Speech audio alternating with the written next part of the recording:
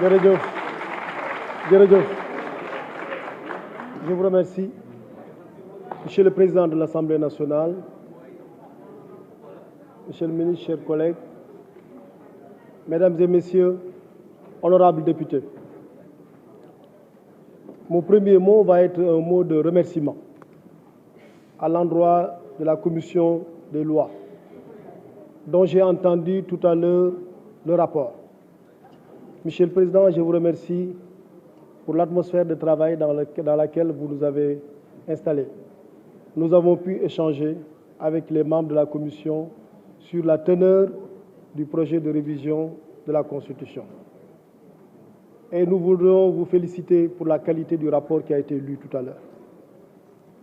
Je voudrais aussi, Monsieur le Président de l'Assemblée nationale, remercier les honorables députés qui ont pris la parole depuis ce matin, qui pour nous féliciter, qui pour nous remercier, qui pour nous encourager, qui pour formuler des questions pertinentes, qui parfois même pour formuler des propositions d'amendement dont votre Assemblée jugera la pertinence pour améliorer la qualité des textes.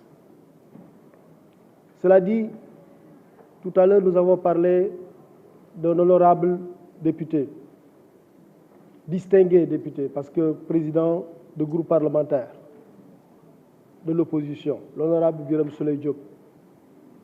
Et lorsque j'ai quitté les travaux de la commission, j'ai dit à Monsieur le Président de la République, Excellent, j'ai été impressionné par la belle unanimité des députés qui ont tous plaidé la clémence en faveur de leur collègue, l'honorable Birame Souleye Diop.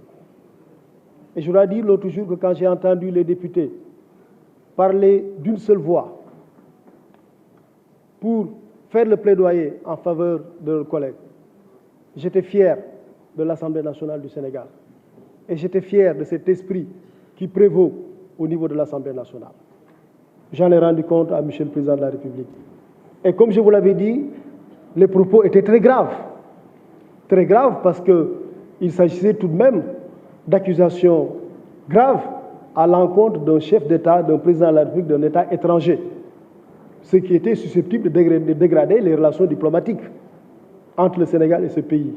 Ce qui pouvait aussi mettre en danger la vie de nos milliers de compatriotes qui vivent dans ce pays. J'avais dit qu'au plan interne, ça ne posait pas de problème parce que le président Macky Sall pardonne toujours à ceux qui l'insultent. Le président est très tolérant, c'est un démocrate, ouvert, comprenant qu'il vit dans un pays démocratique. Mais lorsque ces propos s'adressent à un autre chef d'État, il y avait une autre dimension dont il fallait tenir compte, et c'est ça qui a compliqué un peu la situation. Mais le président nous a recommandé la clémence, et les autorités judiciaires ont fait montre de compréhension. Et l'honorable Birame Souleye Diop a pu retrouver sa famille. Et c'est ça le Sénégal. Il n'y a pas aujourd'hui une volonté du pouvoir de traquer des politiques, de traquer des opposants, de mettre des gens en prison. Pas du tout. Pas du tout. Ce n'est pas ce qui intéresse le pouvoir. Ce n'est pas ce qui intéresse Monsieur le Président de la République. Mais nous sommes un pays où l'État doit assurer ses missions régaliennes. Quand il y a des gens qui se lèvent pour casser, quand il y a des gens qui se lèvent pour troubler l'ordre public, pour piller, il faut que l'État soit debout. Sinon, l'État ne respecte pas sa mission régalienne.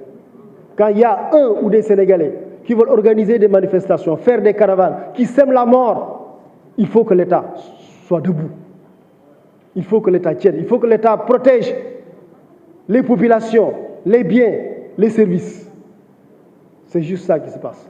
Les gens qui sont en prison, ce ne sont pas des innocents. Il n'y a aucun innocent en prison. Ou alors ce serait par erreur. Ceux qui sont en prison, ce sont des gens qui ont été arrêtés sur les théâtres des opérations, en train de prendre part à des manifestations.